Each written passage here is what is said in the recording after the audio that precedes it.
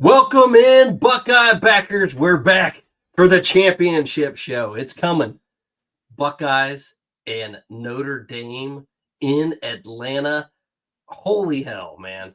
We all thought it was going to happen at the beginning of the season with that roster that Ohio State returned. We just didn't know it was going to be against this team, this Notre Dame team. Man, both of them have stories for the season and bad wins or bad losses and great wins. It's just awesome to be here. Finally, the national title game. Kind of bittersweet that we're here already. It's the end of football season. This is the last game we're going to see. So before we get going any further, we got to get to that intro, baby. Here we go.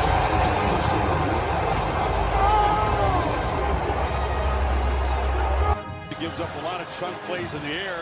Buckeyes have four, looking for a big touchdown end zone. Jeremiah Smith, his second tonight. And they get him again. If you take a downfield shot, loops it back across the body, and climbing and making the catch. They're going to need to hold up against these receivers. Making the Judkins again. And there is Smith roaming free. Breaks the tackle. Ohio State strikes quickly from 45 yards. Will Howard, screen to Henderson. You can make up for it now, ball. Finds his block. Finds that sprint. Trevion Henderson. Shot out of a cannon. Touchdown. Ohio State with 13 seconds left in the first half. That's how you make up for it. We talked about him setting up. For yours. Pressure comes. Sawyer knocked it out and picks it up. Jack Sawyer headed down the sidelines. Ohio State scoop and score and dagger from 82 yards. A dagger from 82 yards. Man, I love watching that. The legend, Jack Sawyer, take it to the house. Henderson just deflating Texas to end the halftime, man. To go into halftime, to end the half. Wow. What do you think about this game? First initial impressions. What do you got for me? What's Notre Dame got? What's Ohio State got in this national title game, man? Vegas, tell me about it. First impression is this is the easiest playoff game Ohio State has, which is really weird to say going into the national title game. And it's not really arrogance or anything along those lines. If you look at the path they've taken to get here with Tennessee, Oregon, and Texas, battle-tested team. Yeah, I was thinking both, tried to combine them together. Battle-tested team. They obviously have gone through a gauntlet. I don't think Notre Dame's gone through the same gauntlet if you look at the regular season or even their postseason schedule. So it's kind of weird to say that the championship game may be the easiest opponent Ohio State has faced in the playoffs. And I think not only just everything you're seeing record-wise or path to the national championship game-wise, but also just kind of talent level. What are your initials? Just looking at this blank, Indiana, Georgia, Penn State. Those are big names, right? It sounds like it's a big-time deal, minus the Indiana, obviously. But Indiana had a good season this year. Everyone had them propped up.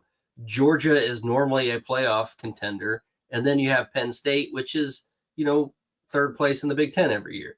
So decent teams, but that Georgia team on their second string quarterback just wasn't what it was. The SEC didn't look like it was what it was. So definitely doesn't look like it stacks up with this playoff schedule that Ohio State had in Tennessee, the number 1 Oregon, and number 5 Texas.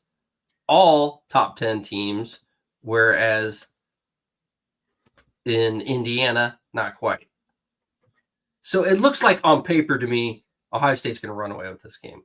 But that Notre Dame defense is pesky. They find a way to get the ball when they need it. They lead the nation in takeaways. That is where it concerns me, right? Ohio State gives the ball away sometimes, not overly. They don't lead the nation in giveaways or anything like that. They actually have a positive turnover margin. But there's some opportune times during this season where Ohio State's given the ball away in big games, right? Oh, absolutely. Just point to the Michigan game. And that's kind of a behind the curtain look at how Steve and I kind of look at games. We definitely go really stat heavy, but then we usually try to have the stats compared to what we're seeing with the film snippets that we watch. And that's where I think you and I both commented multiple times this week as we were preparing for the show in saying Notre Dame has a lot of very blah stats. There are a couple areas where they're close to the top in the country or very close to it. And so when you see something like that, you kind of say, okay, what are you really going to hang your hat on Notre Dame? Obviously, very good against the run. We can get into a lot of that. But that's where when you kind of watch them, you kind of say to yourself, okay, there's not really one area that truly sticks out outside of that run game and maybe the run defense. As far as Notre Dame comparison versus Ohio State's defense? I would just say Notre Dame's defense as a whole. Notre Dame's defense as a whole? Yeah. Just their defense is great. They have a great defense. Their scoring defense is second in the nation. So they're right behind Ohio State there. If we want to start, you want to get into that? You want to start comparing teams? Well, let's get into this. You open that door. We'll dive right on into that, man. No, we're not going there yet. Ohio State's 6-2 all-time versus Notre Dame. Let's set the background. With a 6-game win streak, the last time Notre Dame won was back in 1936. And for two historic programs like this, Notre Dame and Ohio State, just a 4-hour drive that separates them. They don't really play that often. But ironically, this is the third game in a row that they played each other because they had that home and home. And Notre Dame this year, man, they're a special team too. You got to give them credit for that. 13 in a row after that Northern Illinois loss. Ohio State had to overcome some obstacles. One of them a lot later in the season than what Notre Dame had. But these are both teams that had that low moment that they had to overcome. The coaches had to galvanize. The team had to galvanize. Notre Dame's had a boatload of injuries. I don't even want to name them all. There's so many. Started the season with Charles Gerasa, I think, tore pectoral. Might not pronounce some of their names correctly. They lost their starting center, Ashton Craig. That Charles offensive tackle is back playing now because it was before the season even really started. They lost a DN. They lost cornerback Benjamin Morrison. They lost Holy Cross, a defensive tackle. They lost Riley Mills, a defensive tackle. Man, just some nasty losses after losses, but they've been able to replace it. So I think, got to give all the credit in the world to Notre Dame. You got to give all the credit in the world to Marcus Freeman, right? You absolutely do. And, just diving right on into it since we're talking about it, these two national championship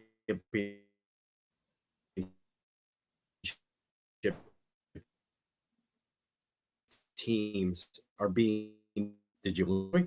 Sorry about that. If you go back 1 year ago, neither of these teams has a chance to sniff the playoff in the 14 playoff. Notre Dame having one loss to Northern Illinois, they're gone. Ohio State having two losses, obviously the second one to Michigan, no chance at the Big Ten title, you're gone too. So I think one thing we both fan bases need to be thankful for is the 12-team playoff because it's allowing for this opportunity to shine in January. But with Notre Dame, I think that loss really galvanized them. And we were talking about it in November as Notre Dame being one of the hottest teams in college football, overshadowed by Oregon, right, with the 13-game win streak. But guess what? Notre Dame has 13-game win streak as well. So instead of that horrible loss at home to Northern Illinois maybe deflating you, you saw a young coach in Marcus Freeman bring his team together and said, this game is not who we are. It will not define us. And he's gotten Notre Dame to the national title. You got to tip your cap to Marcus Freeman. Hell of a job. Absolutely. And, he's a Buckeye. So in any other circumstance, we would want him to win. We would want to see him do good. We would want him to win national titles, just not against the Buckeyes. Because if he does start winning national titles, guess who's coming calling for him? Ohio State when they need a new coach, right? And which is ironic because we got this guy on here that wants us to fire Ryan Day if he loses this game. He's not going anywhere, man. There we go. The exec is back. fellas. I thought you were going to pull up Bucks. MFRD, man, because I respect the fact he's not going to change his name until Tuesday morning, but we're not looking for a coach. Let's put it like that. We can love Marcus Freeman, respect him. In fact, I hear the NFL might be calling more than anything. So, yeah, that's something we'll talk about, but I don't see that happening anytime soon. I think he's going to wait and see his son through high school, let him graduate, and then if he wants to move on to other pastures, he will. And at that time, you've been in the program 8-9 years, so that's long enough for a coach almost. So, yeah, the ghost of Judah tribe says, get ready to fire Ryan Day. Not happening, man. Yeah, not happening. Not happening. I mean, those times have passed. The Tennessee game kind of cemented him in, and then you go Oregon on top of it. Ryan Day's sticking around. He has earned his paycheck, baby. I mean, Notre Dame can win 52-0 on Monday, and nothing's changing there. So there we go. Thank you, Doug is back. Doug Shepard. Good to see you. Senior. Good to see you back, my friend. Good to see you back. Absolutely. All right, man. This guy's all over. He's a huge Notre Dame fan, apparently. Tell us a little bit about Notre Dame. Tell us a little about your stats, about the players, about matchups, man. If you just want to talk crap the whole time, I mean, this could be a boring show. Yeah, we don't do that. We don't do that, man. Tell us some strengths about your team. Tell us some matchups you want to see. We'll definitely pick that apart. We just want to hear about it, man. We love hearing from opposing fan bases, but and opposing fan bases that like to dissect football, right? Yeah, if you're a football fan, this is a show for you. If you just want to talk crap, go do that on Twitter. Yeah, we're not social media here. So here, Ohio State offense versus Notre Dame defense. Ohio State averages 35.8 points per game. Notre Dame allowing just 14.3 points per game. But what I really want to dive into is the only team Notre Dame faced with wide receivers comparable to Ohio State was USC. And guess how many yards USC put up through the air against them? 360 yards and 35 points. Notre Dame was up 35-21 in the fourth quarter and needed 2 back-to-back 99-plus yard pick sixes to keep this game in the win column. USC had Hudson, they had Lane, they had Branch. They're good, man. I mean, they have a good receiving core. Athletes in space. And that was a problem for Notre Dame. And I'm not going to just pick on one game, but those were the type of athletes you're going to see at Ohio State and the receivers that Ohio State has. I mean, it's really not even at that level. It's more at an advanced level. And I think that's great commentary when you're looking at Xavier Watts at safety or Benjamin Morrison at cornerback. Yes, they have some talent in the secondary. These guys are projected, day 2, maybe even day 1 if they have a great combine, right? So clearly, well, you won't be looking at Benjamin Morrison because he's out. Okay, but I'm going off. I go off mocks, right? So yeah, that's where I need you to course correct me a little bit.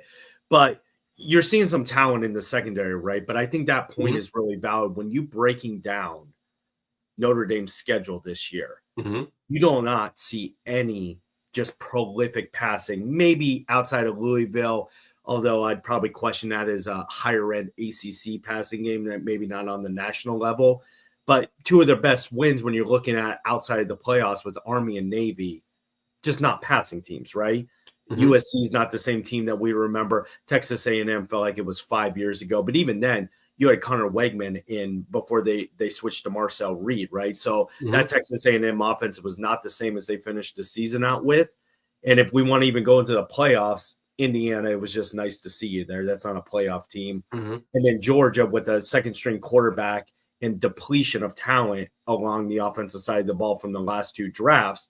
And in Penn State, who has nothing outside of a tight end and a couple running backs. So I really don't think Notre Dame has faced anything remotely close to the firepower that Ohio State's offense has. Yeah, and Doug thinks Ohio State wouldn't have let USC score more than 20 points. And maybe they don't allow a lot of people to score more than 20 points. So that's kind of their rivalry game too. Again, we got to take rivalry games and you put them in a different sector. Notre Dame, USC, they get amped up for that. So I agree. I don't think that schedule has been real impressive. Let's see. We got the ghost of Judah tribe. He says, even though you have good running backs, ours are better. I mean, that is something that it's a valid. You can have that argument. We'll give you that. And this is one that's interesting. I actually believe our quarterback is better than your quarterback. It depends. For your offense, yes. For our offense, no. Absolutely not. I would agree if you flipped them, Riley Leonard would not be good in Ohio State. I don't think Will Howard would be strong at Notre Dame. I think the quarterbacks fit the systems extremely well. Absolutely. But, I don't think Will Howard's really going to – he may get drafted at the NFL level. Definitely a day 3 pick, in my opinion. Maybe a backup, maybe not. I have no idea. Riley Leonard is not an NFL quarterback. So if you're talking just kind of pure sitting back passing, complete quarterback, I would give the nod to Howard, although, yeah, it's not much. Yeah. And Notre Dame has said that they're going to stick in man coverage. I think that's absolutely atrocious. I don't think that that's something you could do. I do believe if they do stick in man coverage, they're usually in man coverage more than half of their snaps. I don't think that they'll do that. If they do, it's going to be a long day for that defensive secondary. USC was able to toss the ball downfield with relative ease, minus those interceptions. They got the ball all the way down the field. Like I said, 199-yard pick six. The other one was a 102-yard pick six. So they were working the ball all the way down the field, throwing it into the end zone basically when 2 of those scores happened. It's not a good idea. Not against this team. If they could force the turnovers, then absolutely. And I think that's kind of what their offense has been predicated on, is their defense putting them in good spots. And saying that Ohio State's lost twice, yeah, okay. Once was to the number 1 team in the nation, all right, at their place. And we didn't have the worst loss. Steve, I think you're getting baited, bro. We very clearly set the standards on what we want. So, and again, just looking at this from that outside perspective, when you look at who Notre Dame has played throughout the course of this season, it's not shocking that they're playing man-to-man. Telling me you played man-to-man against Navy, I'd say, yeah, everybody should. Go for it. Yeah. Same with Indiana. Again, a depleted Georgia offense from just drafts ravaging them and having a lot of young talent. Penn State, who has 0 wide receivers whatsoever, and we can go through the course of their schedule. So being a predominant man-to-man team makes perfect sense given everything I'm seeing here.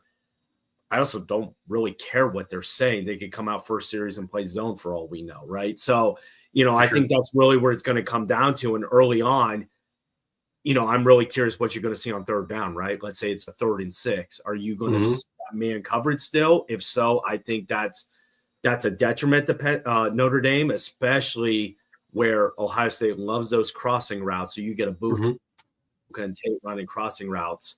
Not really going to switch there or anything like that. So it really do they do like a man cover too, though?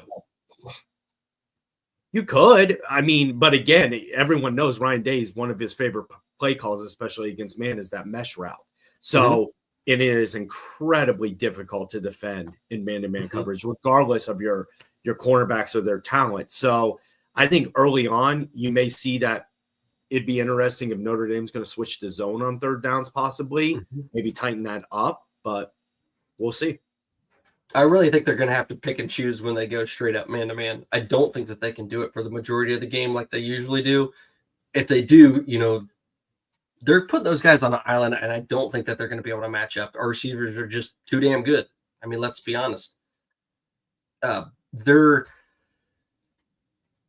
don't know. Like, their wide receivers that's where the Achilles heel is. And you talked about this in the Texas game where you're telling me Texas didn't really fully cover Jeremiah Smith. He was open a lot in the All-22. And my counter is when you're getting pressure up the middle, it doesn't really matter who's open in the All-22 because you're getting that pressure up the middle. So this is where you start getting into the philosophical argument from Notre Dame. Are they going to get pressure from their front 4? Are they going to start blitzing? Are you going to do zone blitz versus man blitz?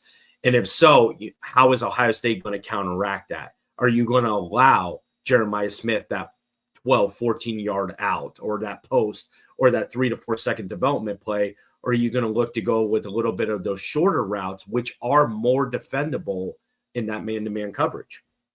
Mm-hmm. So right now, talking strictly Ohio State offense, Notre Dame defense. We will flip those scripts shortly. But right now, let's focus on the offense versus the defense, and we'll save those comments later for the reverse when we're talking Ohio State defense versus Notre Dame offense. So what do you think that exactly that they have to do to stop this wide receiver unit, to stop Ohio State's offense?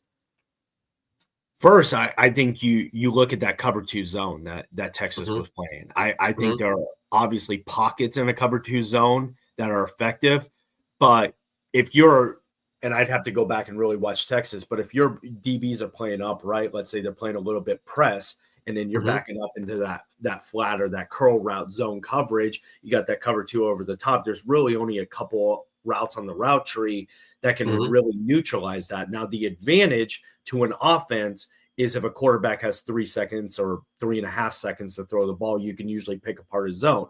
Where Texas was so successful was they were playing that soft cover 2, but they were getting pressure from their front 4 or even 5 at times. They were playing a zone blitzing with that, and they were so effective up the middle that Howard doesn't have a chance to let Jeremiah Smith run that 12-yard out or let that kind of 12-yard curl route develop.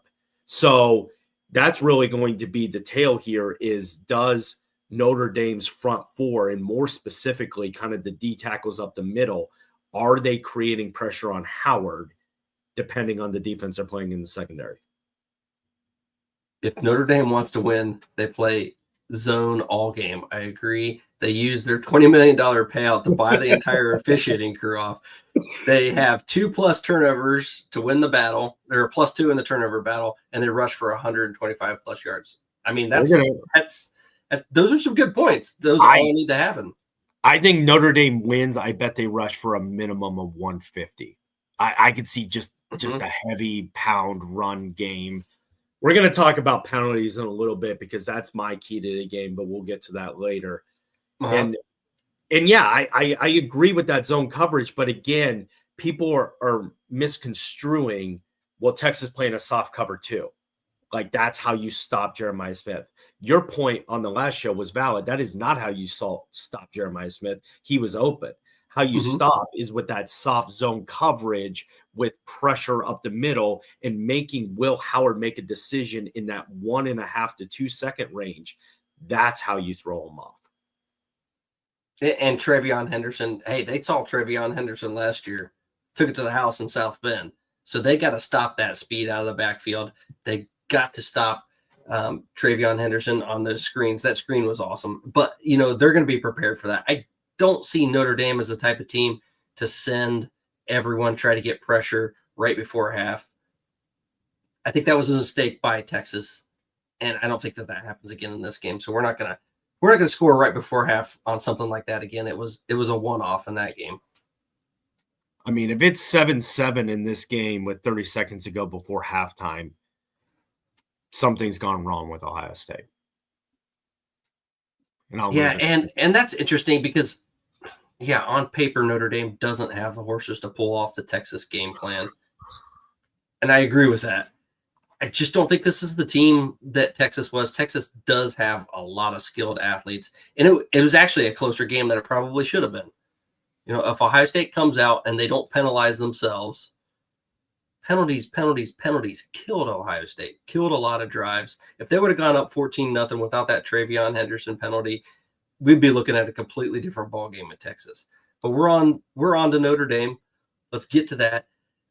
This offense of Ohio State, what I think has to happen is they have to start getting back to some of that counter offense they had before. They have to get to some of it. I agree. And what I told you earlier was they need to script some of those counter plays. Get that, what I called a counter, because they pulled the guards from one side, coming to the left, and then ran back towards the right. And that was that TreVeyon Henderson run that he took to the house against Tennessee. I want to see that play. I also want to see the fake counter to TreVeyon Henderson to the left, and then Jeremiah Smith running to the right and getting him the ball out in the flats, just like they did in the Rose Bowl. Some of those extremely successful plays I want to see again. I also want to see a couple regular counters. I want to see those runs because that might confuse the defense now that they're waiting to see if it's actually a real counter or a fake counter or a version of the counter. You're going to hold those linebackers in place. This is something that I want to see. I want to see the counter game. No matter what Notre Dame's defense is playing, I don't care if they're playing zone the whole time or not. You have to run some of those successful plays, and I want to see them. I'm going to be counting those. Any version of counter, I'm going to be counting those. We need to have at the very least, 5 versions of counter plays. Possibly, I would add on to that. What I really want to see is that motion come back into play. And if you really watch the Oregon game, and especially watch it early on, where they were manipulating Oregon's defense was based off that motion. And I don't know if they were trying to uncover what coverage Oregon was in or if it was to create those mismatches. But you and I texting during the Ohio State-Texas game, that was the one thing that clearly stuck out to me was it looked like they were just lining up and running their play. There was no misdirection. There was no motion. There was no figuring anything out. And so I think with a team like Notre Dame, who wants to play an ugly, sloppy game in a phone booth, they want everything tight.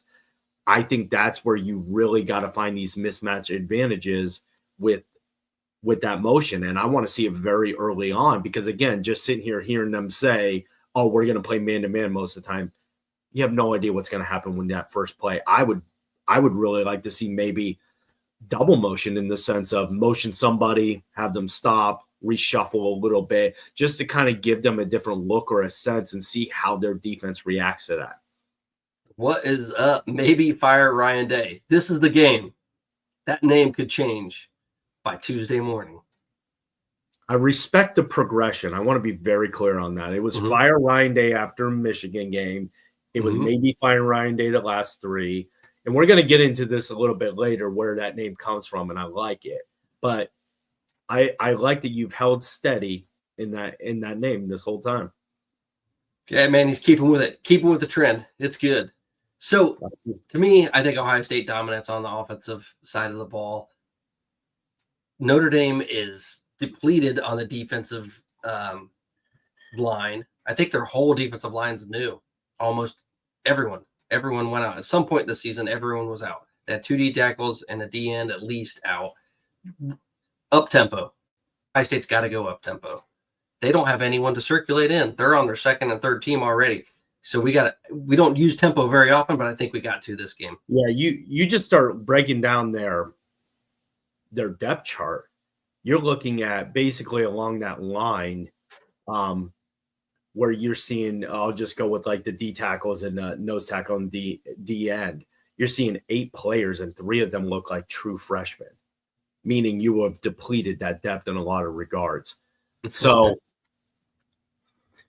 did Notre Dame fans just hack the chat? Just one, but he's all over it, man. He cracked our complex code. You know, we got it. Shout out to Sunbelt Syndicate. We know we love them, man. Come on. Yeah. Lavelle, yo, let's get hyped. Go Bucks, natty season. Hey, that's what we're here for. We're here for trophies. We got to lift something up. We got to lift that hardware. I'm using this podcast as my platform to say the new philosophy in Ohio State fandom is national championships. That's got to be our focus. That's got to be our goal. And hopefully we get the 9th one here on Monday. Yeah, I like that. Guys in space. I like that. Yes. Guys in space. No, maybe prior. We do. We absolutely do. That's what our offense needs to do. We need to get the speed and space. And that's where I think those counter variations are something that get our guys in space. They get that speed and space. And we need to do it all day long. All right. We need to take those shots. We need a couple shots, a couple targets at Smith. Jeremiah Smith needs some targets. What did he have? 1 reception for 3 yards against Texas? Yeah. And there's a few more targets than that. I think that there was 3, if I remember correctly. But he's got to get it. It is. And again, that's what we talked about, Oregon versus Texas, is what is Chip Kelly going to do to put Jeremiah Smith in a position to be open and give them time too. Again, it's a combination of getting your wide receivers open in space and also protecting your quarterback. So it's that nice blend of, all right, let's start seeing that motion or that counterplay that you're talking about. And, if Notre Dame starts getting penetration early on and starts getting into the backfield a little bit, you kind of have to rethink things a little bit more. Maybe one of those quick pitches out, or again, something like a screen. Just really get them off tempo and see how you can disrupt that defensive line in Notre Dame. That's what we like to do. We like to break down games, and we've used your guys' help quite a bit. I think Doug's been on this nonstop all season, at least in the past 4 weeks. Doug, MFRD, just lots of help from the locker room. We really appreciate it. Absolutely. I like to see Lavelle back. He was here earlier in the season too. But hey, we got to get to a commercial because I haven't been doing it very well. So let's get spicy in here again. Go get you some Dano seasoning. Yum, yum, get you some. Yum, yum, get you some. Yum, yum, get you some. Yum, yum, get you some. Dano Seasoning, food's favorite flavor. Yum, yum, get you some. I'm Joe Burrito, your favorite burrito. Whoa, whoa. Joe, we Hey. all know you're the best. What? You can always do better. What you got? Try the new Dano's Hot Chipotle. Hey. Ooh, that's spicy. Yum, yum. Yum, yum, get you some. Yum, yum, get you some. Gotta love it. So let's flip the script a little bit. It's time to talk Ohio State defense versus Notre Dame offense. And this is where I think things just get ugly. Like, there are no receivers. Someone said it earlier. I can't remember who it was, but there are no receivers with more than 700 yards on Notre Dame's team. In fact, there's only one game where they've had a receiver go for over 100 yards receiving, and that was against Penn State, and that was that Great House. And I think he had 106 yards. There is no threat for throwing it downfield. So Ohio State can just stack the box and absolutely stack it against this Notre Dame team. They're going to have to spread Ohio State out wide and run up the middle, quarterback powers. Love has to have a crazy game. Leonard has to have a crazy game in order to make this game something where they can score more than 10 points. I don't see them score more than 10 points. Not against this defense. Not with a one-dimensional team. Yeah, they are. They're extremely one-dimensional in every way you want to look at them. However, I will say one of the biggest Achilles heels of Ohio State's defense has always been a rushing quarterback. It just has been for a while. It's something that scares me. This is the old jersey, Lavelle. Sorry. You look at Riley Leonard, and he is a great read option quarterback. He's a great rushing quarterback. Obviously, you got Jeremiah Love, who's a great running back as well, too. And this is where I've told you time and time again, when you go back to teams, even back in September when you were watching them against Marshall or you were watching other games where you see this 3-4 wide receiver spread. And in essence, what that team is trying to do is put 6 in the box and have 5 versus 6 in terms of rushing the football. I'd be curious early on if Notre Dame tries some kind of more schemes or comes out with something like that. I'd be really surprised if they come out in a 12 or 13 personnel, right, and try to do smash mouth football. It would be really interesting to see how Ohio State's defense is going to stack up against that, because they're not used to that with Tennessee or Oregon or Texas. These aren't these smash mouth pro style offenses that you're used to. So really, does the front seven of Ohio State, can they match up well? And, I have seen a lot of Riley Leonard in clips and stuff like that. That read option or that counter option, it's really tough to defend. Absolutely. And so curious how the front seven, and really more importantly, the linebacking group, is going to plug those gaps and fill that and make sure that Notre Dame can't run the ball. It starts with our defensive line, right? and you started to say it, the front seven, they're going to have to blow off the ball like they have been. Tyleek Williams, Ty Hamilton, they're going to have the games of their life. They're going to have to stand up those those offensive linemen like they have been, get some penetration there, and allow Cody Simon to get in. They're going to have to allow any of the other linebackers to get in there, right? I mean, they're just going to have to create lanes for the linebackers to get in. You can double team, right? I mean, you can double team Tyreek Williams. You can counter. You can do a lot of different things along the line. So this isn't a success or failure so much of you're not rushing right up field and trying to blow through that line and penetrate the way you can on some runs. This is really going to be key is Sonny Styles and Cody Simon. Are they reading this well? Are they filling those gaps? And you mentioned it to me earlier, the RPO game. This is where Riley Leonard could have success, right? Especially if they're rushing the ball early. You pull that ball back, you've sucked in those linebackers, you throw that 7-8 yard slant over top. And it's going to have to be quick. It can be worrisome. Yeah. And because I think our defensive ends are going to get home quick. Well, this is where you need controlled chaos from Tulu Moyau and Sawyer. You need run integrity, containment along the ends. You need this in the sense of, I don't need you to get 5 sacks in the first half. I need you gaps down, containment, rushing with, that controlled chaos and really filling those run gaps. And guess what? In the second half, if you're up 21-3, go put a bib on and go get your sacks. But I wouldn't be worrying about a lot of sacks in the first half. Great House has less receiving yards than our number 3 receiver. That is accurate. He has 464. He leads the team. Wow. At 464. Travion's not horribly behind him in receiving yards. 160, but still. Yeah. Wow.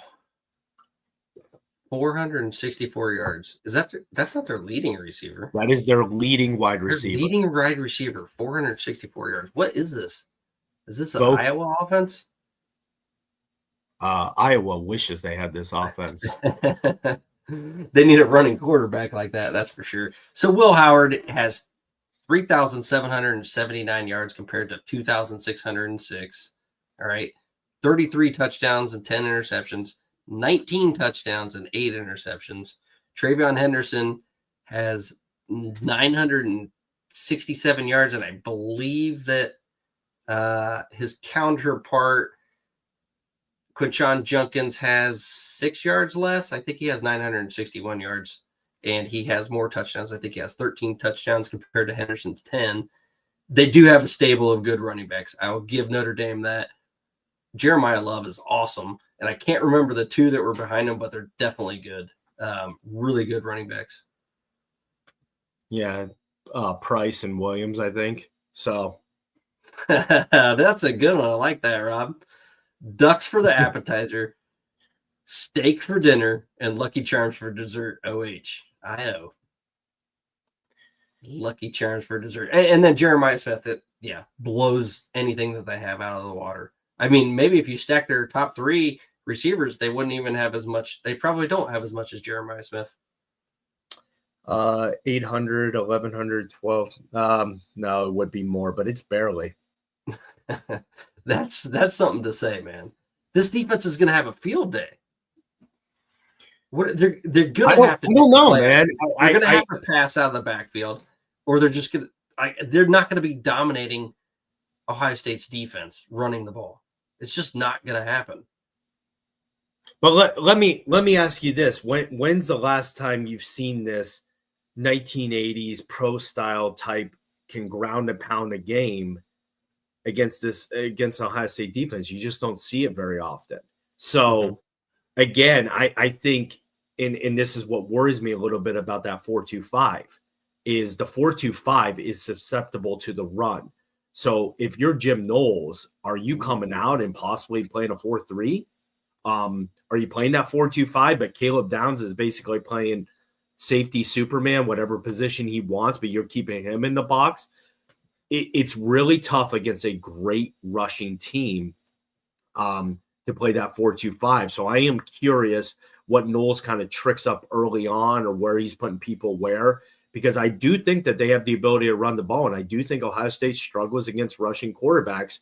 What you're hoping for ultimately is you're hoping for those third and long. That's your real goal as the Ohio State's defense is, can I get maybe that first stop, 2nd and 11, maybe give them 3 or 4 yards, and now it's 3rd and 7, and you're forcing Notre Dame in passing situations. And then the key in those passing situations is going to be who's spying Leonard, because he's going to be one read and run.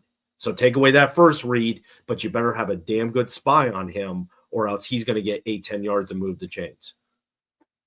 I mean, and that's what you want. You want them to be in 3rd and long behind the chains so that those defensive ends can get after it, right? But again, against a pure running style quarterback like this is, again, that controlled chaos from the DN position. You cannot be firing up the field expecting those sacks. He will read that pocket. His instinct is that first read and to move up, move into the pocket and around. And that's where I think in the first half, you have to start telling JTT and Sawyer, do not focus on the sack. Focus on contain. Focus on gap integrity. Make sure you're just pushing the pocket back. And honestly, we don't even give a damn if you have a sack in the first half. Just make that pressure difficult so he doesn't have those running lanes. And he is not the type of quarterback that's going to sit back there and go to a 2nd, 3rd, and 4th progression in a route. He's used to 1 or 2 in running the ball. And this will be interesting. How they were walking up downs before. True. I think they walk them up a little further. MFRD makes a great point on that. Yeah. So you run that 4-2-5, and that first drive I trust Downs basically as an extra linebacker. Yes. So they'll walk him up a little bit more, willing to adjust mid game and not just at halftime. They're letting Downs play it as he wants. Like, he doesn't have a position. Ball, get ball. It's not. It's, I don't know. He can play D tackle if he wants to, man. He can play. It depends on the situation. Sure. He's incredibly intelligent football IQ. Yeah. See, I do like Ransom on Riley Leonard. I agree. I'd prefer not to have Styles. Now, I will say Simon did a hell of a job as a spy against Dylan Gabriel, so that's an interesting look. But I like Ransom too. To me, I think it's Downs. From where he's playing, he spies Riley. I don't want Downs spying on Riley. I need Downs playing the field. I want him reacting and going wherever he feels fit with that. That's where I would want Simon, or I would want Ransom being my spy. Yeah, to the exec's point. Downs has free range of the field. He really, truly does. I agree. Yeah, because he doesn't need to be locked up in spying, right? Because he's so fast, because he's so dynamic.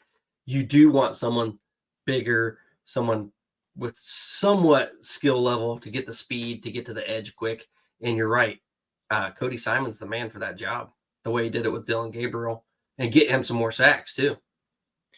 Yeah, and I think the thing that concerns me with Notre Dame is you look at Penn State, and Penn State's got a good D line, and they've got a good front seven.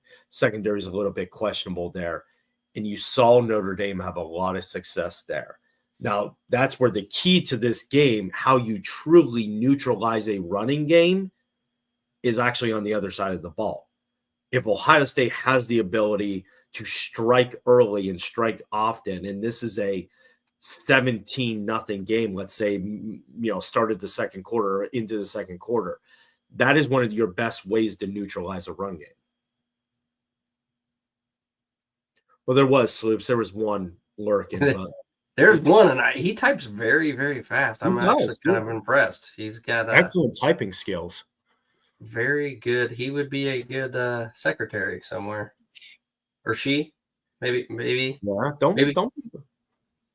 Typing fast. I'm impressed. Are the backbone of corporate America, man. Very important role. I didn't say they weren't. Hey, don't put words in my mouth. Shout out to them. They're incredible. They're amazing. It almost is a bot. That's why we pivoted quickly there, in case you hadn't noticed. But that ultimately, I think that's where with Riley Leonard, what you have to do is you have to cut off those lanes, running the ball, they're going to get their yards, right? What you Mhm. have to do is you have to kind of hold those to 2, maybe 3 yards a pop, kind of keep them in that range and stay in that 3rd and 4 to 3rd and 10 type range. Ultimately, it's really tough if a team's running on the first 2 plays to Mhm. stuff them entirely, right? A lot of incomplete passes lead to those long situations. So if you're Ohio State, ideally, if they're going to run on 1st and 2nd down, if you can hold them to a 3rd and 6, that's where you're going to see Notre Dame kind of buckle a little bit and not be able to. But it's really going to come down to those first few series. If you see Riley Leonard escaping the pocket, picking up first downs, moving the chains, they're going to want to wind this game clock down. They're going to want to play this game a lot like Michigan. Run the ball, wait 38 seconds, run the ball, keep the chains moving, keep time of possession. And so Ohio State, again, has to really look at having this dynamic offense that's going to strike quickly and often that neutralizes that game plan for Notre Dame. Simon's knee, he's hoping it doesn't bother him. I don't really think that Simon's knee was a problem. I think it was more of a bruise than anything. He had that face mask hit him in the knee, so it was just a contusion. So he should be fine. 10 days out with a little bit of ice, he'll be good to go. Sonny's the best athlete to spy. He just needs to not over pursue. He is great, but again, I go back to He's Cody big Simon too. against Oregon. He's a big dude. Just watch Cody Simon against Oregon. It was unreal how well he spied against Dylan Gabriel. He is a tough son of a gun. I agree. Riley Leonard is tough. I like watching him run too. Yeah, because of the toughness he runs with. He runs with authority. He's not going to go down. He's not going to fall. Honestly, I get the turf. Go back to that game. I go back to that game last year, Duke versus Florida State. We all remember Florida State and where they were. And Duke was winning that game until Riley Leonard got injured, and he was running up and down the field against that very talented Florida State defense from last year. So, I mean, I've seen it at Duke, and I've seen it at Notre Dame. The kid's an athlete. He's just not a great passer. Leonard embarrasses with the over pursue. Good point. It embarrasses Sonny, maybe. Is that what I think that's what he was trying to refer to. If Sonny over pursues, he'll cut back and embarrass you. Yeah, but MFRD's point, this is that kind of chess match again with Oregon as a D coordinator. You say, okay, more often than not, Oregon's going to throw the ball percentage wise, especially in those downs and distances. So I think maybe it's a little bit easier to have Simon as your spy on a 3rd and 8 or a 3rd and 12. I think where it's going to start to get real tricky is what happens if it's a 3rd and 4. That's a good question. That's the best question you've asked so far. Ghost of with he's at the ghost is again. That hand, is right? Not something I've heard about since that big noggin. I mean, that was the size of a golf ball on his hand. It was, or even bigger. What is that exactly? You got some expertise in that area. What would you call it? I think again that was another contusion. That could have been contusion. Okay. It could have been a dislocation too, or a broken knuckle. You're right, though. I from what I've read, it was on his non-throwing hand, so I haven't heard anything about that. And honestly, that's a good point. No, I haven't either. I don't think you're overly concerned, at least being on the left hand. I don't think that Ryan Day wanted Leonard either. And he actually said it. When they asked him about it, he said he was kind of gone quick, so I didn't really have the chance to really even talk about it. That's a professional answer. The real answer is it doesn't fit this system. And you got to find the right quarterback for the system. I mean, that applies in high school, college, NFL. You got to find the right quarterback. Notre Dame clearly found their quarterback for their system, and Ohio State found theirs in the transfer portal. Yeah, I'm pretty sure you could amputate Will Howard's left hand, and he would still play in this game. Yeah, it is, and it is a left hand, right? You can pad it up, you can trick it up, barring a few handoffs and things like that. You can do a lot of things to help. I don't see it being a huge factor. But you want to get into some of these comparisons? Yeah, let's go. I didn't know where we were taking this. Let's do rushing stats versus rushing defense and the reverse on the right hand side. So we got Ohio State versus Notre Dame rushing. All right. Percentage of plays that they rush, Ohio State's rushing 52% of the plays, and Notre Dame's opponents are running about 53% of the plays. Averaging 5 yards rushing, their defense is giving up an average of 3.7 yards rushing. Rushes per game, 32.8. Their opponents are rushing about 36.1.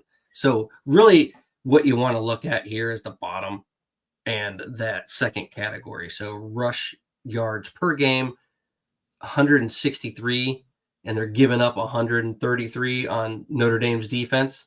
Flip on over to the other side, and we'll look at the rushing yards per game. Ohio State is giving up 90. Notre Dame's rushing for 210. The majority of their offense, like we said. Any thoughts on that in particular? It's real deceptive for a couple reasons.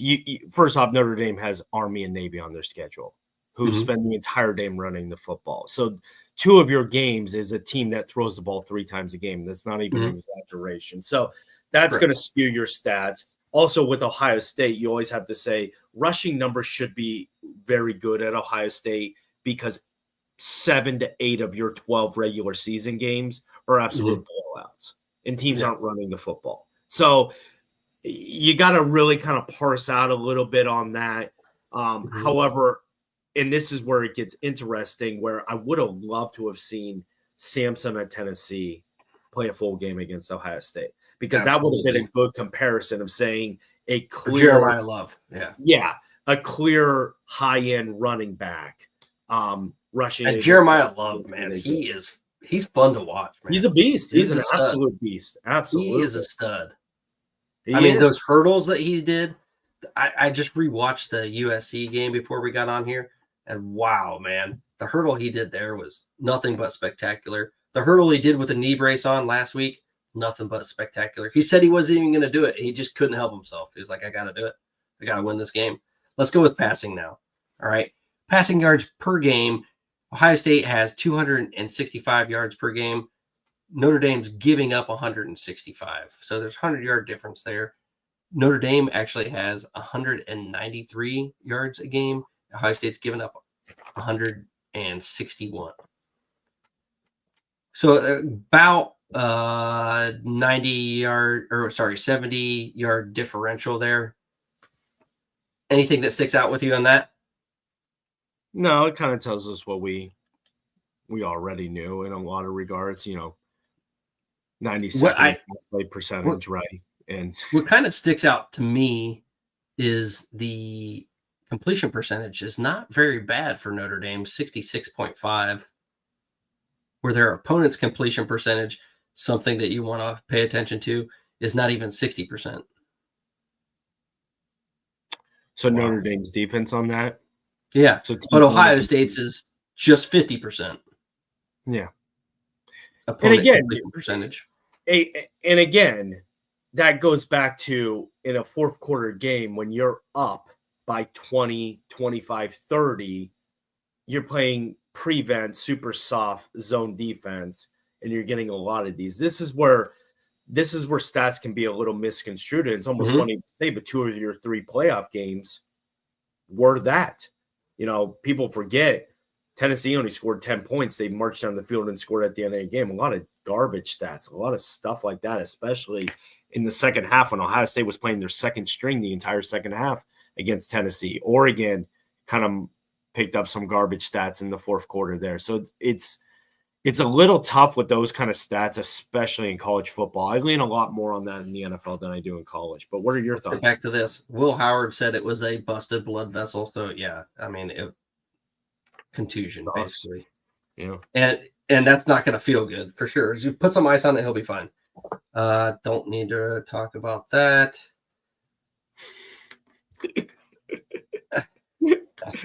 Bucks by 50. Now everyone's just talking crap. Now it's just turning a full-on internet escapade here in the locker room. That stays in the locker room. We don't bring it out on the field, but God bless y'all.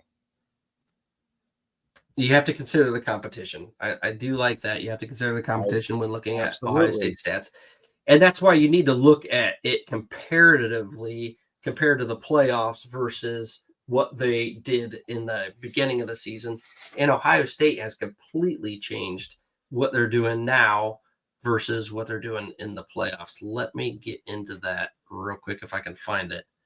Ohio State's defense. Notre Dame is averaging 37 points per game. Ohio State's giving up on average 12.2 points per game. But Ohio State has only allowed 17.3 points per game in the playoffs, and their opponents have averaged 34.5 points in the playoffs. That's half their average. It's a crazy stat, man. It is. So everyone they played, Texas, Oregon, Tennessee, they've only given up on average 17.3 points per game, where those teams together have averaged 34.5. In the playoffs, Notre Dame is averaging 24.7 points per game, a little bit lower, better competition. The one thing that you have to give Notre Dame is their takeaways, man. That defense is a ball hawking defense. 19 turnovers. They take away 19 turnovers, man.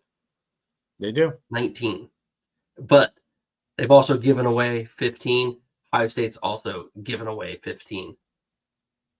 They just don't get as many turnovers.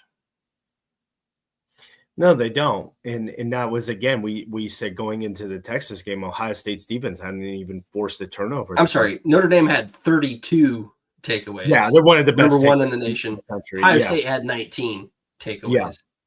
No, they Notre are Dame the best. clearly takes number one by far. Yeah, Notre Dame clearly takes the ball away.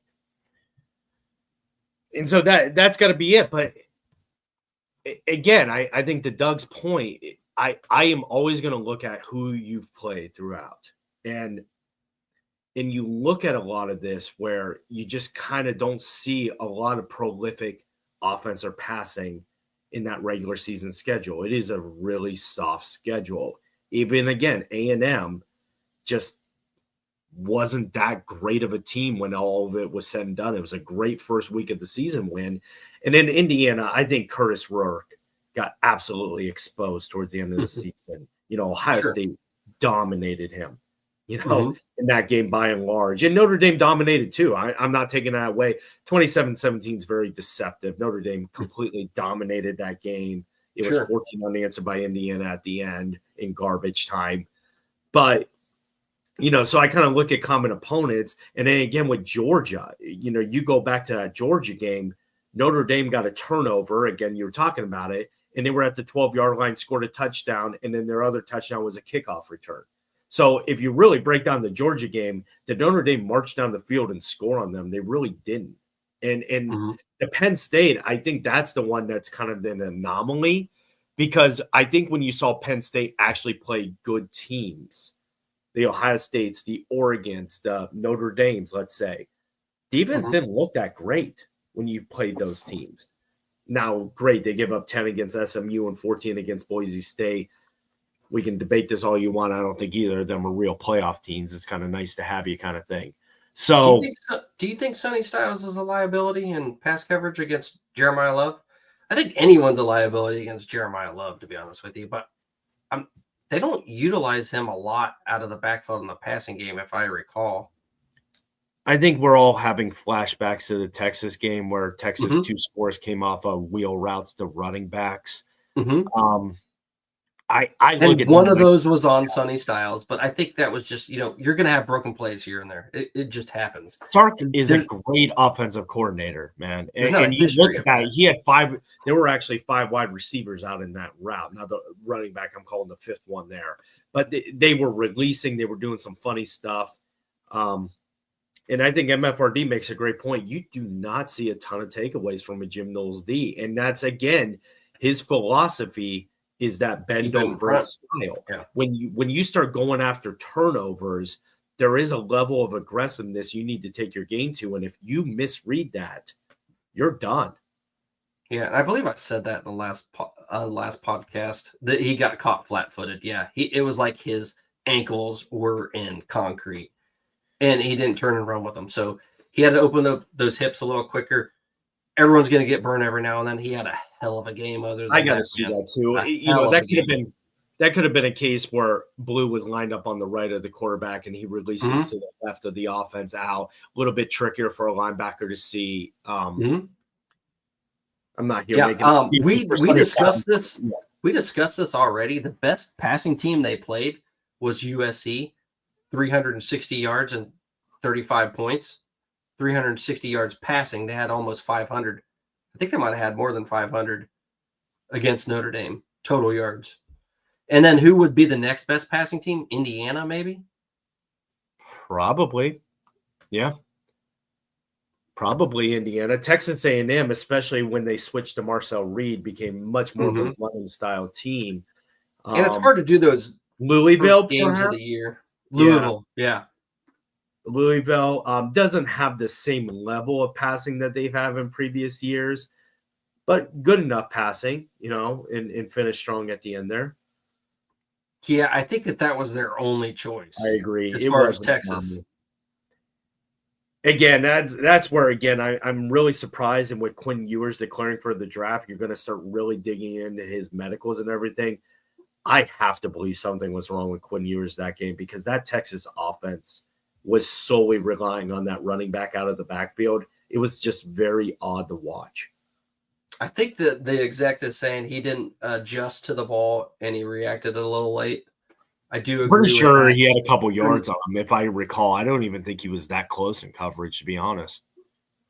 But he stood flat-footed. He was looking back in the backfield for some reason and just didn't read it by the time he did. And maybe it was a broken coverage from someone else. And then he just tried to catch up. It's hard to tell. I need to go back and look at that with the eyes in the sky. I would too. Yeah, I'd have to look at it with a critical eye. I agree with MFRD. I was absolutely shocked Quinn declared for the draft. Now, this is one of the weakest QB drafts that people are talking about. You're getting people saying that if these guys came out last year, they'd be 7, 8, and 9 picked at a quarterback position. But Quinn Ewers showed me absolutely nothing down the stretch. Did we get rid of the ghost? I think you guys scared him off. Good work, locker room. Exercise it's his bedtime. It's his bedtime. I get it. It was a kid. No knock, man. It's my bedtime too, man. Come on. Great show, fellas. Gotta sleep for work. Hey, your bedtime too. Thank you. Exactly. But that's because you got to work in the morning. We got you. You also got to realize I'm in Seattle. Beef is in Ohio, so we got Pacific Eastern time zone, so we have to try to adjust accordingly given the time zone. He's got to get kids to bed. I gotta wait till my kids are in bed because they're making noise and they go to bed late. So it's tough, man. We're working it. Let's pivot a little bit. I want to ask you this: what do you think is a key factor in this game? Or spoiler alert for everyone, we both think Ohio State should win this game. But give me something or a reason why Notre Dame is going to win this game. I would go. They have to have turnovers. Okay. They have to get the ball out of Ohio State's hands and keep them from scoring. Okay, so turnovers. And that's what the defense does. If they don't get those turnovers, the only team that didn't get turnovers, that Notre Dame didn't get turnovers, guess which team that was? USC? Northern Illinois. They lost. Yeah, they did. No turnovers for Northern Illinois. And Notre Dame lost. Their defense has to get those turnovers, and their offense relies on it because they can't get the ball down the field. If you can't pass, you need to get good field position. I mean, that was the turning point in the Georgia game, right? Mm-hmm. It was 6-3 game. They turned the ball over. They're in the red zone. They scored that touchdown. It's now 13-3. It changed the game. Yep. And MFRD, I think that's it, is one of my factors would be playing tight. But Notre Dame they look at that Michigan-Ohio State game and they say that's a game we want to play. That's exactly what Notre Dame wants. I have no worries about the defensive line. I think the defensive line is going to play lights out, and that's going to really help us. I think really it's going to depend on how our offense performs, how creative they are with play calling, and if they're ready to push the ball down the field. Up-tempo would be the best thing that we could do. Tempo. I think that first drive needs to be no huddle, all scripted plays. I agree. And explosive plays. Honestly, I think explosive plays define this game for Ohio State. Books by 50. We'll take it. Hey, we allow Ohio State fans to talk a little shit. We just can't let those Notre Dame fans come in here and talk crap. I mean, The I O-line, said it. yeah, I'll agree with that. The O-line is key. They are. I mean, They're key again, you every go game. back to that game. Texas was getting pressure on Howard. They were disrupting timing. They were disrupting passing lanes. They were a real force on Howard. But back to Doug's point, defensive line is always, anytime it's the trenches, those are the most important aspects Absolutely. of the game. But Ohio State has had 16 sacks in 3 games in the playoffs. That's 5.33 repeating for you that don't want to do the math. That's a lot of damn sacks per game. Yeah, And 10 of those came from their defensive ends, Jack Sawyer and JT, sorry. that's heavy passing offenses, right? Correct. Oregon, you have Mhm. 8. Oregon had to pass basically the entire game given the score. Tennessee had to pass quite a bit, especially when Samson went out. So, Who didn't play that's where well you in the pick up second a lot half? of the The sacks. defensive line? Yeah. Is that what I don't know who he's referencing. I'm sorry. MFRD is saying? He's asking didn't play well in the second half. I don't know. If Notre Dame wins, I'll wear my hat backwards for a year. Yeah, let's leave it at that. Yeah. I don't sorry, we can't go Yeah, there. we don't have that kind I of can stuff. go there. He can't. No, I can't. But I'll say this. I honestly think the biggest factor in this game, and we talked about it quite a bit. And I'm wearing my hat backwards. Come on, man. That's true. I didn't even catch up on that. But I think the biggest factor to me, honestly, is going to be penalties again. I think we saw what Ohio State's offense looks like when they're committing 3 penalties a game and flowing. And we saw what Ohio State's offense looked like when they're behind the chains and have penalties. And I'm not a conspiracy theorist in sports per se, but I definitely believe early on in this game, they're going to do everything in their power to try to keep it tight. So that's where I want to see Ohio State score early and often, because explosive plays, it's pretty hard to get a lot of penalties on unless it's something blatant. If you think that you're going to just march down the field on Notre Dame and put together 10, 12, 15 play drives, the first 2-3 series, we saw that against Texas. You did it once, and then your next basically 4 or 5 series couldn't get anything out of it, because you can't just sustain that against a good defense. So I think, to me, how the referees are calling this game early on is going to be a big factor in the game. And you better believe it, it's SEC refs. Of course it is. The only conference that can overturn 5 steps, a receiver catching the ball, taking 5 steps, getting the ball ripped out, return for a touchdown, called on the field a touchdown, and then their replay officials can say, you know what? There wasn't a football move after it was 4 steps. Sorry, 4 steps. That's 2019 against Clemson, in case y'all didn't know. Everyone knows about the Sean Wade ejection, but that was the worst call. Sean Wade, yes, targeting, that's just what the way they called targeting. You're going to get me riled up, man. I don't want to talk about Sean Wade, man. You know that. I don't think that was the worst call of the game. That's just what I'm saying. And all right, let's go back to this. The sacks were because we got up early. Not necessarily. I mean, how many sacks did we get against Texas? Was it 4? 4, and 3 were in the first 3 series. Yeah, 3 were in the first 3 series. We know where the 4th one came from. The 4th one came right at the end. Yeah. So maybe we would have had more. If we got up earlier, we got those 2 14 points, they could pin their ears back, get a little confidence, and be like, it doesn't matter. I'm going after the quarterback. Well, you could. Honestly, Ohio State going up 7-0, you were pinning your ears back and going. That was my next question. This was my next question. Thank you. Yes. MFRD. Yes. What were you saying? Pinning your ears back? Go for it. And then we'll get to no. When you're up 14-0, right, and you're up 21-0, you can pin your ears back and go. You can accumulate a lot more sacks. That Texas game, after that 3rd, 4th series, right? It's still 7-0. It's a tight ball game. But let's get into MFRD, because you and I, we've always had this philosophical belief, right? You win the coin toss, defer to the second half. I'm more defensive minded. You're a little bit more offensive minded. But it's funny. I think in these playoffs, we've actually banged the drum on, you win this coin toss, you take the ball. And I think it's take the damn ball. Setting that tone offensively is the strength of this Ohio State team. And it's not a knock against their D. Their D is a strength as well. But I think you set more of a precedent going up 7-0 than a 3-and-out. The SEC is the only conference where throwing trash on the field can get It's a a call. statement of fact. That is an actual statement of fact. That is just absolutely horrifying in that Texas-Georgia game. Nothing's more Tennessee than golf balls and mustard.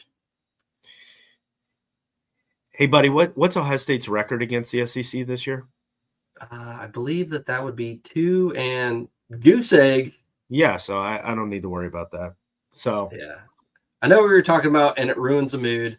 And I was basically going to say some version of that. Only she says that. Like, I'm like, what are you? Like someone's wife in bed? Like, did you just fart? Dutch oven? Ruin the mood?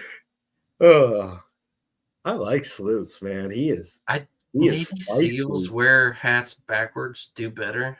I have no idea. Any disrespect for Navy SEALs? You know what? I have the feeling he might be, or maybe he's trying to give me a compliment. I don't know. He might be Army or Air Force. You know, we love all of our military personnel here at the Buckeye Backers. So, hey, you just slammed Army and Navy earlier. Only run of the ball on the football field.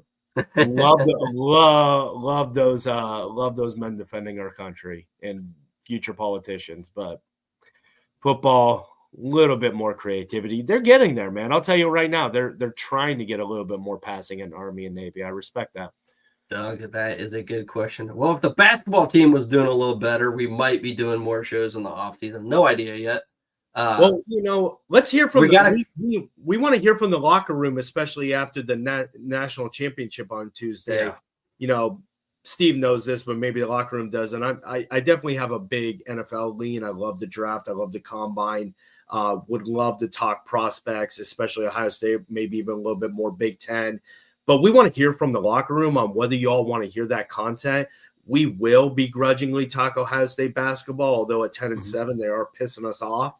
But they've had a really tough schedule this year. So we'd be willing to talk combine, NFL prospects, especially Ohio State, maybe even Big Ten and Big Ten basketball, Ohio State specifically. Let us know in the comments in the locker room on X and Instagram and everywhere else. I am going to try to go to the combine and go to the draft with as many players as Ohio State has. I'm going to see about getting some credentials to those two. The combine would be awesome because it's just in Indy and I can get over there and check it out pretty quickly. Green Bay. Yep. Green Bay. Yeah. And I got family up there, so I could make it up there too. Be a nice trip. Yeah. So no idea. To answer your question, Buckeyes. that's so far beyond right now that we don't know. We just want to get through this. Let's just wrap. Game. We got to wrap up the natty, man. We got to wrap up the natty. We got to get that natty. We got to get some hardware. Any quickies? Any thoughts that we missed on? We got to make sure we hit on. I think we've done a pretty good breaking down the stats. But just there was one little thing. Always got to keep you on. This could be that historic run. You were talking about this earlier. Ohio State wins this game. They're 5-1 against AP top 5 teams this season, and 6-1 against top 10 teams. That would be an NCAA record for wins against top 5 teams. An NCAA record, dude, a record. They are tied. That is something that, even for reference, that team up north's title run last year, they only had 3 wins versus top 5 teams and 4 wins versus top 10. 2 less in each of those categories than Ohio State would have this year. So you can't say that this isn't a good team because they have 2 losses. And here's also for perspective, when Ohio State wins this game on Monday, they'll have 14 wins on the season. 6 of your 14 wins were against top teams. Slips is bringing it. The ladybug. Google it. You're right. He's actually right. He's actually right. We should be looking at Ohio State women's basketball. I think they're top 10 ranked currently. But to think about that, dude, almost half your Ryan Day fixing his top 10 record in one season. It is. He'd be 6-1. He'd be 6-1 against top 10 teams, but almost 50% of your wins in a season are against top 10 teams. That's incomprehensible. you're lucky. I mean, most teams strive for 7 wins in a season or 6 wins in a season. And Ohio State's not only looking to set that record, but to have 6 of your 14 wins and being against top 10 teams is incredible. Yeah, we definitely will do something Awesome. for signing day, signing period, spring football for sure. Anything football related and concerning Buckeyes players, current, former, and future. Okay. Yeah, we could do some more NFL stuff too for the offseason. No, we love it. And hopefully we'll be doing like a season wrap up of a national title team and doing more just videos and things like that too. Well, we'll let you know Tuesday night for sure. We will be doing our championship winning roundup on Tuesday night. So please come for that. And then as we go beyond that natty and the afterglow, definitely want to hear from you all and what you want to hear. We'll bring the content, especially Ohio State related. We'll talk women's basketball. Why not? At least they're winners. The second best winning percentage of all time belongs to Ryan Day. Newt Rockney's first. Wow. Newt Rock. Wow. Was that when Oberlin and Wittenberg were powerhouses in Ohio? Yes. Okay. I just wanted to make sure. I think Wittenberg beat Michigan that year. It was a good year. It was a good year. It was a good year. It was a damn good year. All right. Buckeye backers, we are out. God bless you all. We love you all. Thank you for your comments in the locker room. And thank you for getting that Notre Dame troll, I guess it would be the best word, out of here. So once again, God bless. Have a good night. We will see you Tuesday evening for a 10 o'clock show, hopefully celebrating that national title hardware, baby. Good night. Boom. We are out of here.